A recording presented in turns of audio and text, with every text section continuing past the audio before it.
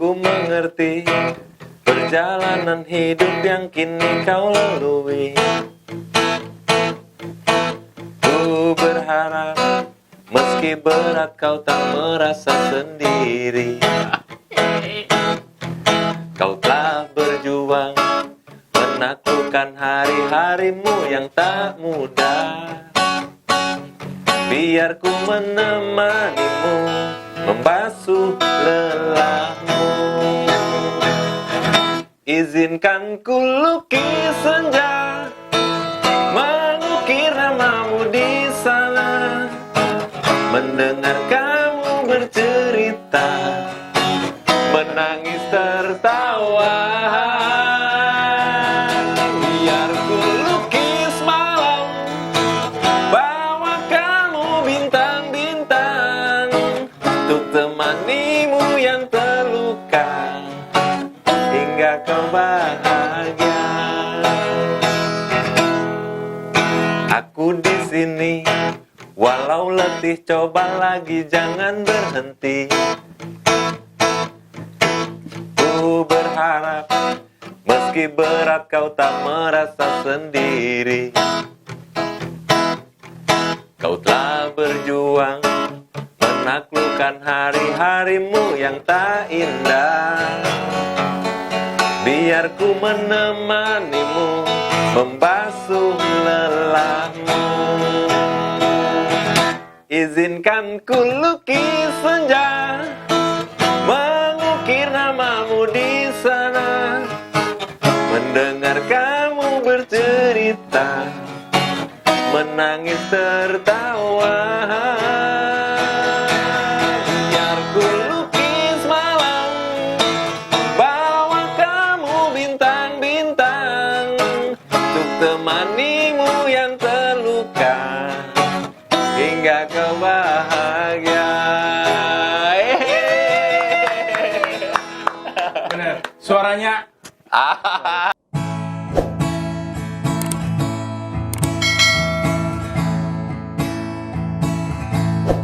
Selamat datang sahabat di channel Rakyat Biasa, selalu mengungkap fakta dari kisah yang ada. Kami ini rakyat biasa, tak pernah putus asa. Kami ini rakyat biasa, selalu bersukaria. Selamat datang sahabat di channel Rakyat Biasa, selalu mengungkap fakta dari kisah yang ada. Kami ini rakyat biasa, tak pernah putus asa.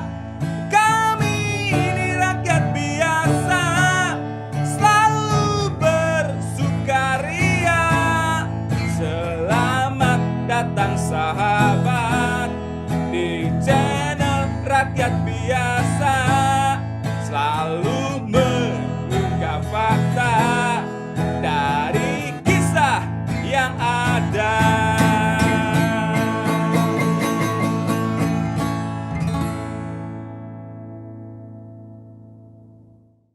Assalamualaikum warahmatullahi taala wabarakatuh. Waalaikumsalam Nih, warahmatullahi wabarakatuh. perdana nih ketemu di channel Rakyat Biasa. Kali ini saya kedatangan tamu, menurut saya luar biasa. Seorang pengusaha, seorang off-roader, seorang YouTuber, tuh, apalagi seorang desainer, pekerja keras, Kebanyakan. pemikir. Ini selebihnya gila banget gitu ya. Assalamualaikum, Kak Bet. Waalaikumsalam. Waalaikumsalam.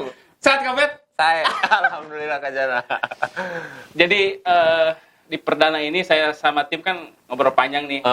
Saya bilang saya punya temen nih dari beberapa tahun. Kita kan deket banget nih Kak. Betul. Makanya wajib Kakak yang mengisi konten saya yang perdana nih. Pertama nih.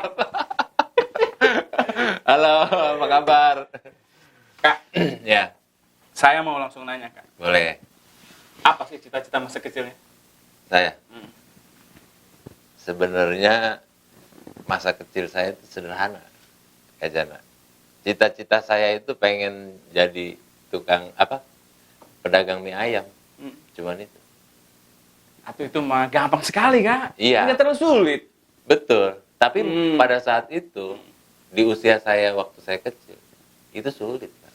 Ukurannya jangan saya sekarang, jangan kita sekarang. Karena saya bercita-cita itu mengukur setiap kemampuan yang ada dalam diri saya. Pada saat saya merencanakan, cita-cita itu kan boleh berubah-berubah. Setiap saya merencanakan sesuatu dalam hidup saya selalu mengukur kemampuan saya pada saat itu. Jadi waktu saya kecil itu, seorang Obed kecil, cuman bermimpi dan bercita-cita pengen dagang mie ayam. Yang didorong-dorong itu. Karena pada saat saya kecil itu ya di tahun 80-an ya. Yeah. 88 mungkin menginjak 90-an lah. Saya kecil tuh yang udah mulai main gitu tuh. Udah. Dulu kan zamannya nonton Misbar tuh, film. Nggak ada banyak hiburan kan dulu, itu cuman itu doang. Ya namanya saya yang lahir dari keluarga yang tidak mampu. Itu kan apa ya? Ya kesulitan ekonomi itu ya menjadi sesuatu yang bukan hal yang aneh gitu. Sehingga ketika kami main pada saat kecil itu, ya kami itu kesehariannya sering banget lapar lah. Jadi kami itu pada saat nonton, pada saat main, ada banyak yang jualan mie ayam tuh. Karena pengen, jadinya bercita-cita pengen jadi pedagang mie ayam. Sesederhana itu ya. Sederhana itu. Karena mungkin gini juga, Kang. Dulu itu kan tidak terlalu banyak, nggak seperti sekarang kan. Zaman media mungkin ya. Betul. Nah, ya kan namanya juga cita-cita kan semakin beriringnya waktu Betul. terus berubah ya. Betul, berubah. Kang, saya mau tanya, kelahiran Akang di Sobang atau Palembang? Saya lahir di Sobang. Lahir di Sobang. Di Kampung Bintaro saya lahir. Sampai dewasa di situ? Enggak. Bapak sama ibu pindah ke tetangga desa di Mekarsari. Jadi saya tuh lahir di Bintaro, kemudian usia setelah di Hitan pindah ke tetangga desa itu, di desa Mekarsari. Nah, menginjak dewasa nih, Kang. Itu kemana sih? Saya Katanya sempat ngeband juga, pernah cerita ke oh saya. iya, betul. Itu dulu waktu zaman SMP. Saya kan besar dan remaja di lingkungan Sobang ya, Mekarsari Sobang, dan main di Sobang. Kebanyakan teman juga di Sobang. Saya sekolah SD di Kampung Kopi, kemudian SMP-nya di Sobang. Jadi main tuh udah hampir di Sobang, karena gini Kak Jana, pada saat saya SMP itu dulu lagi hangat-hangatnya ya ngeband gitu. Iya. Saya inget tuh dulu tuh saya ngidolain banget sama Kak Yanto tuh, Krisyanto. Oh, jamrut. Gitu. Ya. Sampai saya merubah style saya seperti Krisyanto. Pakai kunclung gitu ya. Iya. Celana disobek-sobekin kayak gitu tuh. Waktu SMP begitu. Ngeband-ngebandan. Nih, Kak. Kenapa sih bukan nama familiar atau populer ya, Obed ya? KTP-nya Obed bukan sih? Obed. Obed juga KTP-nya. Itu nama dari kecil? Enggak. Jadi gini Kak Jana, ini ada yang menarik. Saya itu mungkin sedikit banyak orang yang tahu, tapi saya boleh bercerita di sini biar semua jadi tahu ya. Saya itu, nama saya sebenarnya yang di ujungnya doang. Kalimin. Sekarang kan jadi Obed Al Kalimin kan. Nah, pada saat saya SMP, saya tuh dibully habis-habisan. Dibully sama teman-teman saya, sama guru-guru. Min, Kalimin, sama dengan Min kan. Malu saya. Malu. Akhirnya pada saat ngeband itu kan pemain band tuh nggak ada yang pakai nama asli kan. Dulu tuh kan. Pakai nama samaran semua. Jadi lu namanya siapa? Ya gue Obed deh gitu. Gitu kan. Temen gue ada gitarisnya namanya Asep Heri Hermawan, jadinya Abai.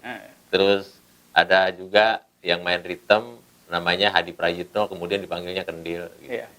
Dan seterusnya. Nah, saya nih, lu masa vokalis gitu, kata teman-teman gitu. Lu masa vokalis? Kita tampilkan, aduh nggak banget, yang malu deh gitu katanya. Jangan-jangan katanya cumplung nanti ada panggung. Gitu kan Ya, cara. ya, ya, ya. Jadinya ya udah deh, gue ganti namanya gitu. Namanya jadi Obed. Gitu, jadi Obed. Nah, setelah lulus SMP, saya kan nggak lanjut sekolah ke Jana karena kondisi ekonomi. Iya. Ibu udah nggak sanggup nyekolahin saya, jadi saya memutuskan untuk ya kerja serabutan lah, apa aja yang penting bisa. Pada saat itu kan lagi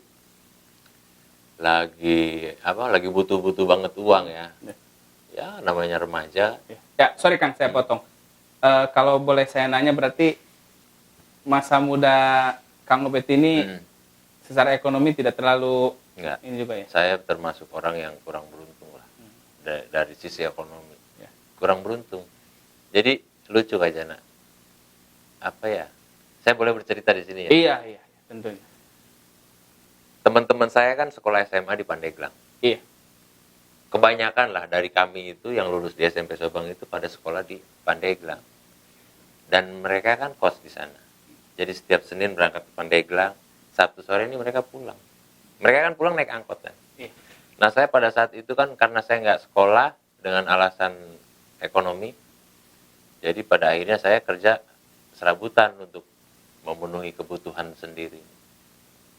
Ya bongkar pasir, bongkar split kayak gitu-gitu di mobil-mobil truk gitu tuh. Usia berapa itu Kang kira-kira? Masih ingat nggak? Lulus SMP aja. Lulus SMP ya? Lulus SMP. Ya mungkin kelas 1 SMA-an lah ya. Mungkin masih belasan lah, 19 atau 18 tahun. Kayaknya siapa yang ngajak aja tuh? Iya. Ketika ada pasir yang mau dibongkar, Betul. mau ngambil batu ini, Betul. ikutnya sama-sama orang-orang dewasa kan? Ikut sama orang-orang dewasa. Sebenarnya sih saya punya keahlian karena saya senang banget art ya, sama seni itu. Saya tuh punya keahlian ya dekorasi, bikin-bikin tulisan di tempat hajatan. Tapi itu kan nggak setiap hari kan. Iya. Ngelukis mobil pada saat itu nggak setiap hari kan. Jadi kalau nunggu dari sana ya kita kelaparan. Jadi apapun saya kerjakan. Nah lucunya tuh kalau mereka nih teman-teman gue pulang nih dari Pandeglang kan naik angkot. Iya. Misalnya kita lagi kuli gitu kan, lagi nurunin pasir atau apa. Kan mobil truk baknya kan tinggi. Jadi saya tuh slep gitu tuh karena malu gitu. Nyumput. Biar nggak ketahuan sama teman-teman itu. Luar biasa kan. Tapi ya saya ingat pada saat itu remaja saya itu cuma punya satu Lois sama satu C59 aja. Jadi kalau Sabtu itu saya setrika tuh. Baju andalan buat dipakai di malam minggu. Jadi pada waktu itu Lois dan Cedi Masmil itu Andalan andalan ya? Andalan. Jadi saya pakai itu khusus di malam minggu. Di zamannya kan luar biasa ya? Luar biasa, Lois 125.000 saya ingat, nggak kebeli itu. Nggak kebeli. C59 tuh kalau nggak salah 19.000 deh harganya. 19 ribuan ya? Susah kan nggak Iya. kebeli. Karena kondisi ekonominya juga sulit. Dulu sulit, nggak seperti sekarang. Waktu saya remaja itu begitu. Nah, setelah remaja, saya kan ingin menelusuri proses Akang nih, pencapaiannya sampai sekarang kan. Gitu. Jadi bagi teman-teman pasti tahu yang pernah datang ke sebagai Obed Percetakan ini pemiliknya, gitu kan. Ini pemiliknya. Jadi menarik untuk kita ketahui perjalanan beliau yang mudah-mudahan bisa menginspirasi kita semua gitu. Bagaimana seorang Obed kecil sampai dewasa sekarang, sampai pergaulannya kemana-mana gitu. Jadi kan kita perlu tahu bagaimana sih prosesnya. Nah kan, di usia berapa menikah? Saya di usia 22 menikah. 22? 22. Gila. 22 tahun. Di kampung apa yang mau dikerjakan Kak Jana? Iya. Benar nggak? Betul. Apa yang mau dikerjakan? Nah, saya harus lanjutkan cerita saya tadi. Jadi, saya nggak sekolah dan teman-teman pada akhirnya lulus. Tapi sampai sekarang saya masih main sama mereka, sama teman-teman. Nah, kemudian saya diadopsi lah sama salah satu tetangga pada saat itu. Jadi saya bekerja di tempat perusahaannya beliau. Di sana saya banyak menimba ilmu lah. Banyak belajar ya. Banyak belajar bagaimana saya menghadapi orang, bagaimana saya apa namanya, saya ini kan termasuk orang yang selalu pengen tahu, selalu pengen tahu dan selalu pengen bisa. Jadi ketika melihat orang melakukan sesuatu, saya tuh masa sih saya nggak bisa. Jadi saya selalu ingin bisa gitu. Jadi ketika saya bekerja pun boleh dibilang saya ini paling dominan dan paling berprestasi. Karena itu saya kadang melampaui kebiasaan orang pada umumnya. Jadi orang itu bekerja pada rules-nya saja kan. Iya. Nah kalau saya itu kadang melakukan sesuatu yang di luar itu. Gitu. Melampaui kebiasaan orang-orang. Selalu out of the box ini, Kang Obed ini. Luar biasa. Makanya buat siapapun ya, kalau menurut saya melakukan sesuatu tuh jangan dulu diukur dari nilai uangnya dulu deh. Iya. Total aja dulu bekerja.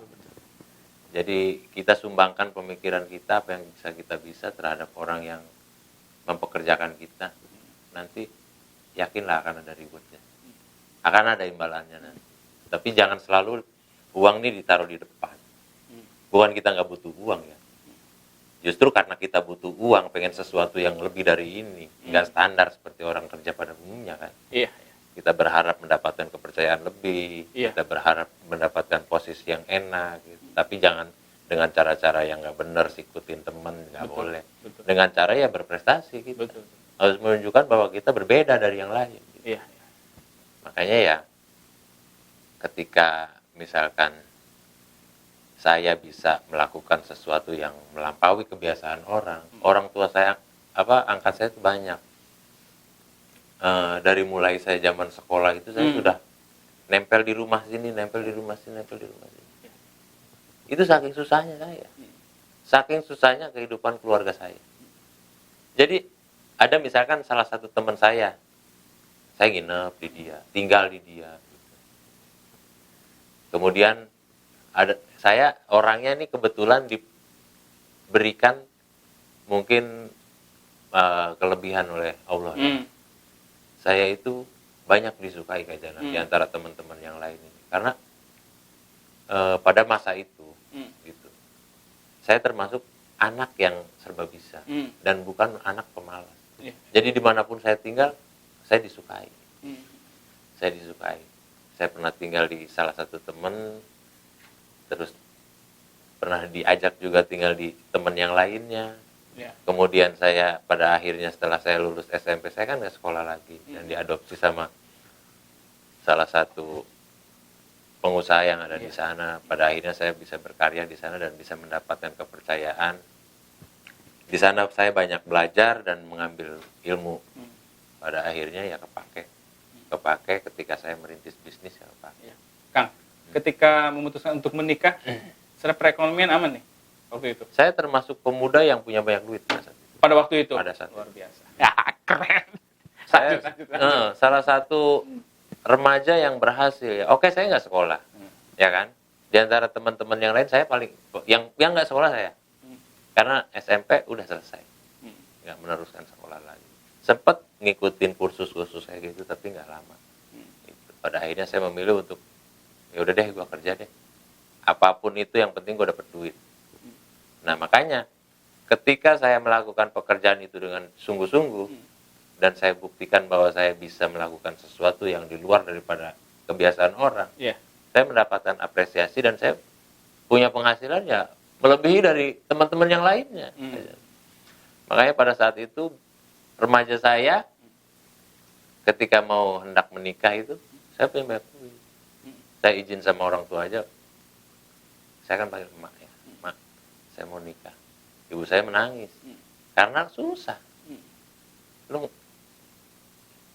pikirin lagi deh katanya. Nikah itu nggak cukup sedikit duit. Nggak usah pusing deh, saya punya. Kang Obed, saya kan pernah dengar dulu itu sempat jadi nelayan. Oh iya. Sempat terombang-ambing di seputaran Gunung Rakato kan? Betul. Terus saya pengen tahu, coba cerita. Hampir mati saya itu. Jadi setelah menikah, Kak Jana, saya itu kan memutuskan untuk resign dari pekerjaan yang di perusahaan itu dan memilih untuk berwira swasta. Sebenarnya sih mau saya bukan jadi nelayan, cuman karena saya menikah dengan keluarga istri kan mayoritas nelayan. Jadi saya yang bekerja di luar daripada nelayan cuma saya doang di sana. Gitu. Jadi keluarga tuh ya mungkin mereka ingin mengikuti jejaknya karena mereka kan sukses di nelayan. Jadi udah jadi nelayan aja. Jadi tuh uang yang saya kumpulin pada saat saya bekerja, saya buat ngemodalin nelayan. Ternyata ya karena saya nggak bisa, passion saya bukan di sana, hancur semua. Pernah suatu waktu saya ini ya apa?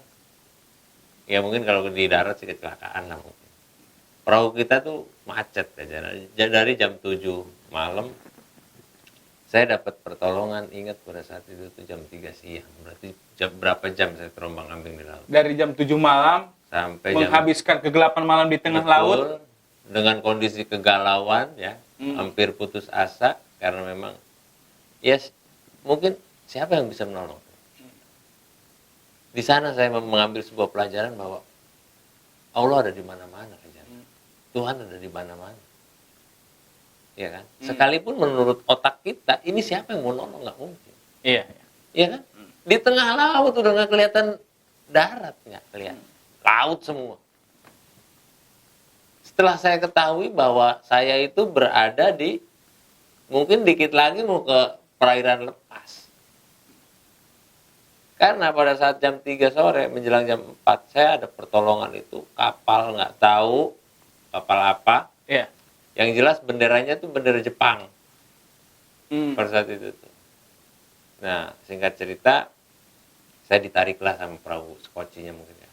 Perahu kecilnya ditarik sampai ke wilayah laut lazimnya nelayan di sana gitu. Ini bukan wilayah nelayan nih. Jadi tanpa kita meminta pertolongan, tanpa kita bikin bendera help atau apa gitu, SOS, mereka sudah tahu nggak mungkin kalau nelayan wajar, artinya nggak bermasalah, ada di sini. Iya. Jadi mereka sigap, langsung kita ditarik dan estafet, kemudian saya ditarik ke darat. Dari sana saya memutuskan untuk udah deh. Bukan passion. Udah deh. Gua mendingan ngelawan nganggur daripada melakukan sesuatu yang memang bertolak belakang dengan ini ya,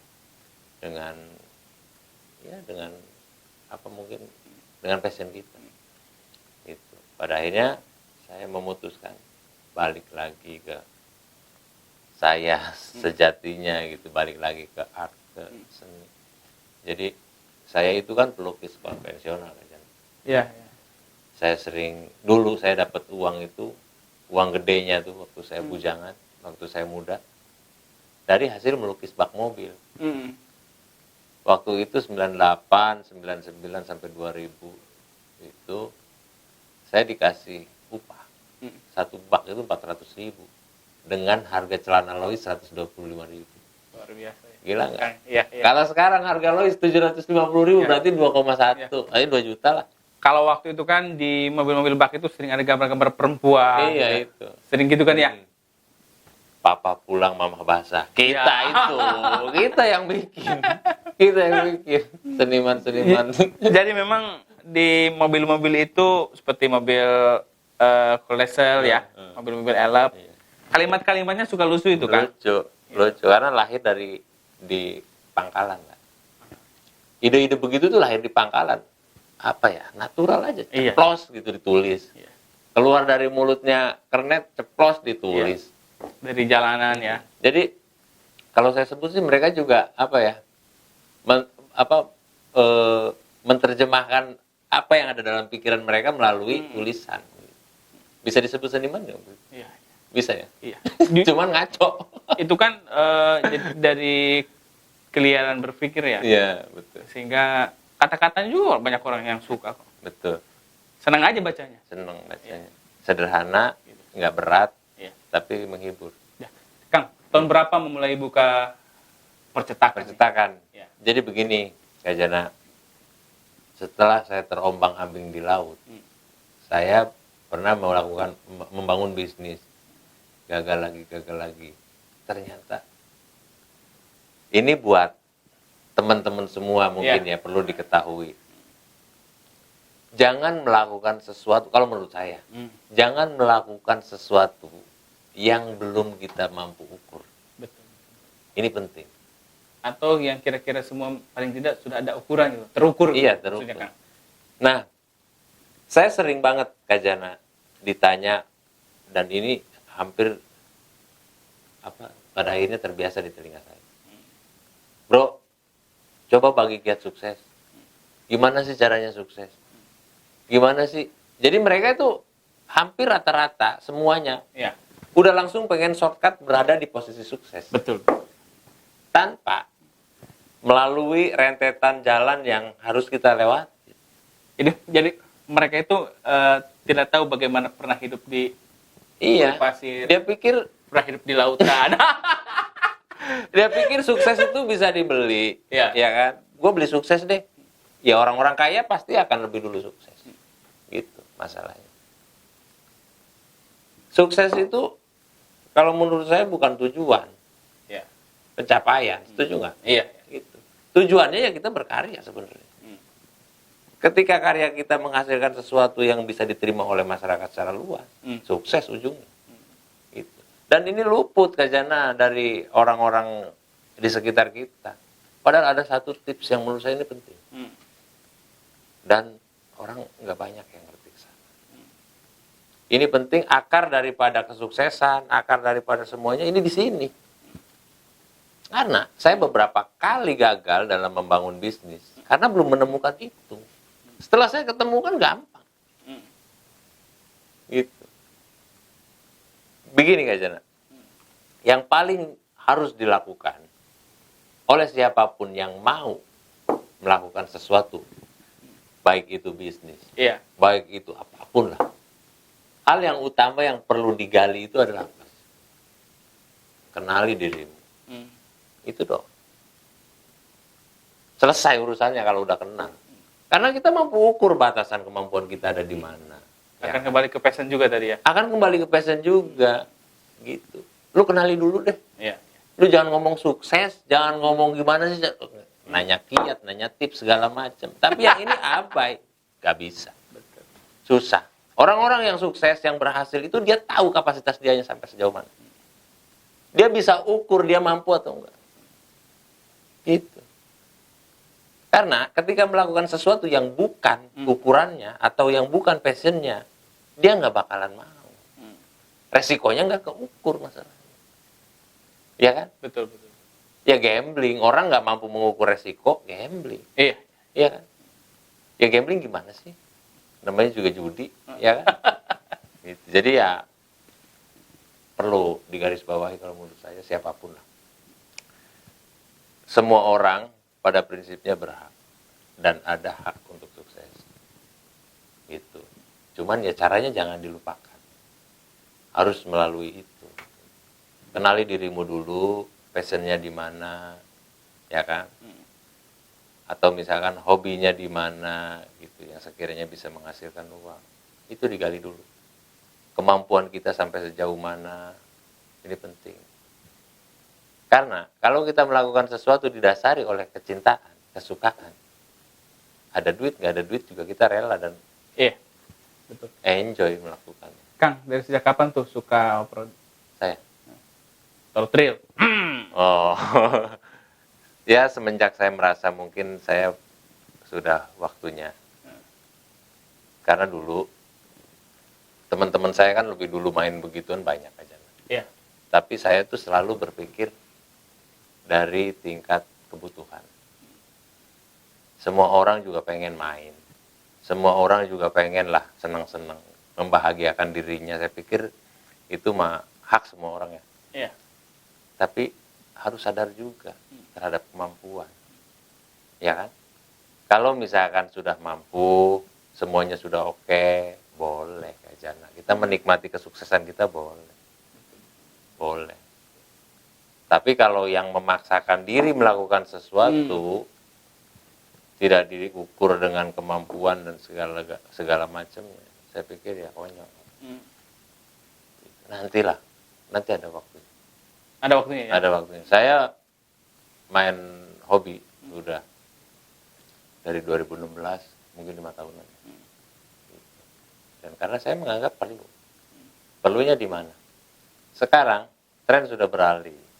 Ya kan? Tidak lagi kita berbisnis itu datang ke kantor, dari kantor ke kantor berbicara tentang proyek dan lain-lain. Sekarang udah trennya berubah. Ngobrolnya di rute, di jalur. Bagaimana saya ketemu dengan direktur bank. Betul. Bagaimana saya ketemu dengan pejabat A, B, C, D. Di sana. Di permainan itu. Gitu. Jadi saya pikir ujung-ujungnya sih kembali lagi kepada bisnis itu sendiri. Bagaimana saya bisa berhubungan dengan A, bagaimana saya bisa dekat dengan B, dengan C. Kalau kita datang ke kantornya, ya kan, melalui asisten pribadinya. Mohon maaf Pak, Bapak lagi penuh hari ini. Ya kan? Selalu begitu kan? Iya. Udah punya janji belum Pak sama Bapak? Betul. Pusing kita. Tapi kalau di jalur, kita main motor gitu, nggak ada tuh. Janji-janji begitu nggak ada. Ya ada bro, tolongin gua bro, gitu. Tapi sekali-kali biarin aja, biar diusir kan. Nggak taunya Kapolda. Boleh ya? Nggak taunya direktur bank. Betul. Gitu. Ngobrol, usahanya apa Kang? Percetakan, saya bilang Pak, advertising. Oh iya, boleh dong kalau gitu. Saya minta surat penawarannya, jadi duit, main. Betul. Kang, Ya. sekarang apa sih yang dikerjain? Saya Ya, sekarang ini. sekarang ini alhamdulillahirobbilalamin Kak Jana. Jadi sudah 3 tahun. Saya merintis bisnis ini kan sudah dari 2013. Berarti 8 tahun. 8 tahun. Baru 3 tahun belakangan ini saya diterima jadi vendornya BRI. Jadi sekarang selain saya mengerjakan bisnis di bidang percetakan, saya juga membangun bisnis yang lain, yaitu saya concern di renovasi gedung-gedungnya BRI seluruh Banten dan Jakarta. Luar biasa. Jadi tadi sahabat rakyat biasa, kita sudah dengar dari awal sampai akhir bagaimana nih perjuangan Kang Obed nih. Alhamdulillah sekarang beliau mainnya bukan hanya lagi di Paneglang, sudah ke sono, sudah ke Jakarta. Jadi tadi itu akibat dari keinginan tahuan yang tinggi, terus beliau segala apapun pasti totalitas luar biasa. Orang lain bisa, kenapa kita nggak bisa? Selama kita mau belajar, mau mempelajari itu, bisa. Saya yakin bisa. Bisa Kak Jana. Ini rakyat biasa, ini udah bener. Yang diundang juga rakyat biasa. Saya lahir dari rahim rakyat biasa. Tapi luar biasa ya. Rakyat biasa, luar biasa. Kang, apa cita-cita ke depan? Saya nggak ada lagi cita-cita mungkin. Selain ya membesarkan anak-anak dan membahagiakan orang-orang yang saya pikir perlu saya bahagia. Cuman itu aja.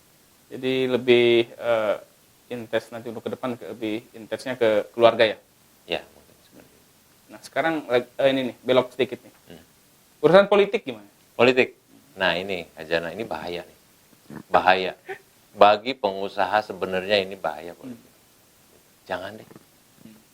Kalau ya sebenarnya ada sebagian orang juga berbicara tentang politik, bahwa politik itu adalah jalan untuk mengabdi. Iya. Ya kan? Loh, kenapa harus jadi terlibat dalam politik kalau harus mengabdi? Saya bisa bangun masjid. Ya kan? Saya bisa bangun pesantren. Saya bisa bantu ini ABC segala macam.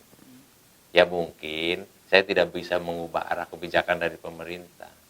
Ya kan? Iya. Tapi kan nggak segampang itu juga. Apalagi di level kabupaten. Jadi kalau misalkan basicnya pengusaha sih, pengusaha aja lah pengusaha.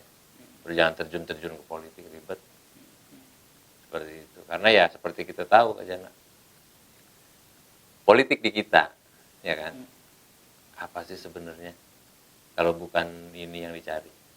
Cuma juga nyari duit. Kalau kita memang dasarnya pengusaha, ya udah melalui pengusaha aja. Lebih aman kok, nggak ada yang ngawasin, ya kan? Mau beli mobil setiap hari juga boleh, mau beli apapun juga selama kita mampu, nggak ada yang wartawan yang tanya-tanya kita kan. Iya. Gitu. Kalau saya sih sebenarnya urusan politik gini, saya memandang politik itu perlu untuk mendewasakan diri saya, bukan untuk menopang hidup saya. Gitu. Karena penopang hidup saya adalah bisnis itu sendiri. Dari bisnis yang saya bangun, itulah satu-satunya penopang hidup saya. Politik saya anggap perlu hanya untuk bergaul, hanya untuk mendewasakan diri saya saja. Saya tidak punya rencana dan tidak berniat untuk terjun ke sana. Karena saya pikir kemunduran, terjun ke politik kemunduran. Buat saya pribadi, mungkin tidak berlaku buat orang lain. Iya. Tapi bagi saya sendiri, terjun ke dunia politik itu adalah salah satu kemunduran. Bagaimana tidak, di sana ada periode, sedangkan berbisnis menjadi wira swasta nggak ada periode. Selama kita mampu berkarya, selama kita mampu kreativitas kita selama terus diasah, nggak ada batasan waktu. Nggak ada batasan waktu. Kang, sekarang kembali ke bisnis. Itu kan mesin-mesin percetakan tuh, kalau dari katakanlah Banten Selatan ke sini, itu jarang orang yang kebeli itu. Boleh tahu seberapa sih harganya? Ya nggak sehari lah Kajana. Nggak sehari saya bangun, itu lama. Ya mungkin kalau total sekarang, ya salah satu mesin tuh ada yang 600 juta harganya. Wih, 600 juta. Rakyat biasa kedatangan tamu kali ini yang punya mesinnya 600 juta, dan saya yakin bukan satu biji gitu. Ada 4. Ada 4. Jadi sahabat rakyat biasa, teman-teman tinggal ngaliin aja tuh. 600 juta kali 4. Saya bukan tuh. bukan di sini bukan show up aja nih. Iya. Bukan mau pamer, bukan Iya. enggak. Tapi saya sih sebenarnya pengen menyampaikan bahwa siapapun juga mampu. Nah, justru ini Kang Obed yang dari channel Rakyat Biasa ini yang harus tersampaikan kepada para pemirsa, penontonnya channel Rakyat Biasa, dan harus menular semangat ini dari seorang Kang Obed yang biasa-biasa saja nih dulu nih. Beda dengan sekarang. Jadi tidak ada yang tidak mungkin. Oke? Jadi tadi gue sudah ingat tuh dari awal tuh, ingin serba tahu, ingin semua bisa, totalitas dari beliau. Jadi kalau yang lain bisa, kita nggak bisa, kan salah katanya. Salah. Sekarang gini kan, pesan-pesan untuk sahabat rakyat biasa apa kira-kira?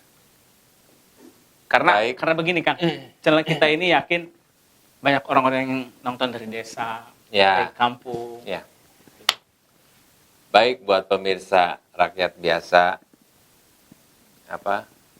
saya mau menyampaikan pesan di sini bahwa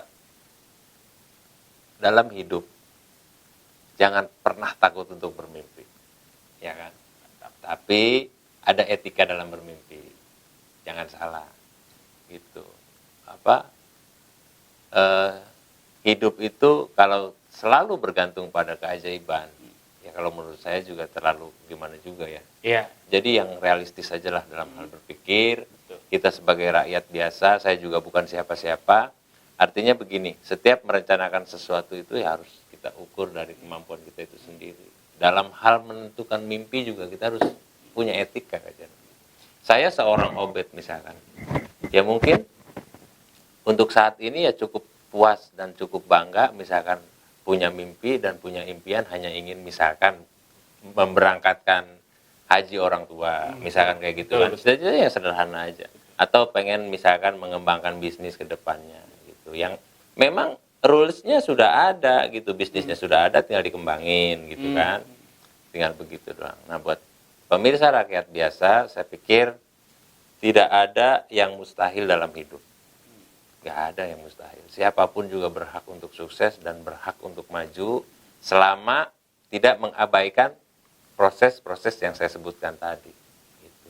Yang pertama dan yang terpenting sebenarnya kenali siapa dirimu dulu, ada di mana passionmu, gitu. Baru tentukan mau mengambil langkah berbisnis di bidang apa. Supaya jangan salah, Kajana. Bisnis itu bukan dilakukan dalam waktu sebentar. Betul. Ini lama. Iya. Ya kan? Karena kalau misalkan ini benar-benar di passion kita, nggak nemu jenuh. Betul. Nggak nemu jenuh. gitu. Jadi kita selalu enjoy aja melaksanakan Daku resep. gitu. Kan yang paling enak di dunia ini kan hobi yang menghasilkan. Betul. Iya. Gitu kan.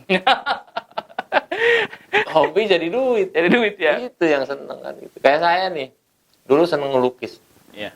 Seneng melukis, gambar-gambar. Kamar saya tuh penuh sama gambar dulu. Punya duit, beli, ada 2 yang saya beli, cat sama rokok udah. Itu buat gambar-gambar. Gambar-gambar. Kalau saya tuh gini Kak Jana, saya kan seorang desainer konten, desainer yang terlahir bukan dari akademis. Iya. Gitu. Saya belajar komputer pun tidak dari meja sekolahan, tidak bangku sekolahan. Tidak. Saya belajar otodidak. Saya cuma sekedar melihat, saya bisa. Gitu. Padahal waktu itu tidak ada YouTube yang ngasih tutorial. Nggak ada YouTube. Nggak ada YouTube. Tapi saya selalu berpikiran orang lain bisa, kenapa saya nggak? Itu aja. Luar biasa ini. Orang lain mampu, kenapa saya tidak? Jadi selalu itu yang saya ingin pecahkan. Makanya pada akhirnya saya harus belajar sendiri. Itu. Saya menguasai ilmu komputer sampai saya pernah jadi teknisi komputer di beberapa perbankan pada saat itu. Cuman teamworknya saya pikir harus banyak kalau di IT itu. Jadi ini nggak lanjut saya gelutin. Tapi saya cukup lumayan sukses. Tapi suatu hari bisa saya ambil lagi nih. Saya bisa membangun bisnis, divisinya untuk IT komputer bisa saya lakukan lagi. Saya pernah jadi IT komputer lama gitu, dan lumayan juga. Nah itu dari sesuatu yang tidak saya nggak sekolah, orang gimana ya, cuman belajar gitu-gitu doang. Tapi saya benar-benar total, sehingga saya menjadi teknisi komputer pada saat itu. Nah dari sana saya belajar ilmu desain. Saya selalu kalau misalkan pergi ke kota kemana, saya melihat billboard besar dengan desain-desain yang luar biasa keren menurut saya. Itu saya rekam, saya bawa pulang dalam ingatan otak. Dulu nggak ada handphone, smartphone begini nggak ada. Iya. Handphone. Jadi hanya daya ingat aja ya. Hanya daya ingat aja. Warna ini dipadukan dengan ini jadinya begini, ya kan? Manual banget ya. Manual banget. Terus pemosisian logo begini menarik banget saya bilang gitu. Jadi saya bawa, saya terapkan. Nah makanya saya disukai. Di belajar komposisi ya. Komposisi Komposisi. kan persoalannya jadi seorang desainer itu bukan bagaimana hanya menciptakan gambar kecil. Iya. Tapi bagaimana gambar itu juga bisa sampai, pesannya sampai gitu. Apa yang misalkan untuk brosur penerimaan siswa baru gitu kan. Nah itu harus sampai semua tuh. Ke pembaca, yang lihat terus sampai semua. Gimana caranya? Ya udah, gali terus di sana. Jadi jangan pernah sekalipun minder, jangan pernah sekalipun menyerah dalam urusan hidup itu. Jadi jangan putus asa. Jangan putus asa. Bisa kok semua, yakin bisa. Yakin bisa. Kalau misalkan Obed ngomong doang, lah gua buktinya. Mau ngomong apa? Ya kan? Gue cuma lulusan SMP. Apa sih? Kira aku terpercaya. Apa sih yang iya kan? Iya, Di iya. SMP diajarkan apa coba? Iya betul. Itu karena tekad dan niat yang kuat. Saya harus bisa. Apalagi kan dulu ya. Serba keterbatasan. Waktu dulu kan di SMP nggak ada komputer. Nggak ada. Mesti ketik dulu. Iya. Nggak ada komputer. Duduk.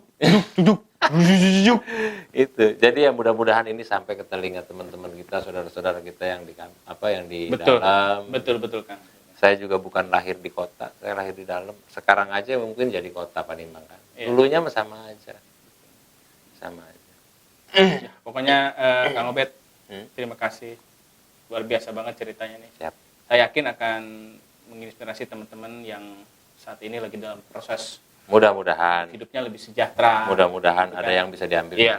Saya juga memang di channel ini berharap bisa menginspirasi teman-teman yang lagi berjuang. Iya. Gitu, dengan menghadirkan orang-orang yang memang bukan orang-orang yang public figure ataupun orang-orang Betul. yang populer gitu. Nah, yang paling saya sukai sekarang Kak Jana, aktivitas saya Iya. sekarang, meskipun saya sibuk kerja, tapi saya tuh selalu menyempatkan waktu ketika saya misalnya diundang untuk sharing. Misalnya di sekolah A, di sekolah B, atau di perkumpulan apa gitu. Misalnya diundang, Bet, lu datang dong ke sini, gue mau. Itu saya paling seneng banget. Seneng banget, saya pasti datang.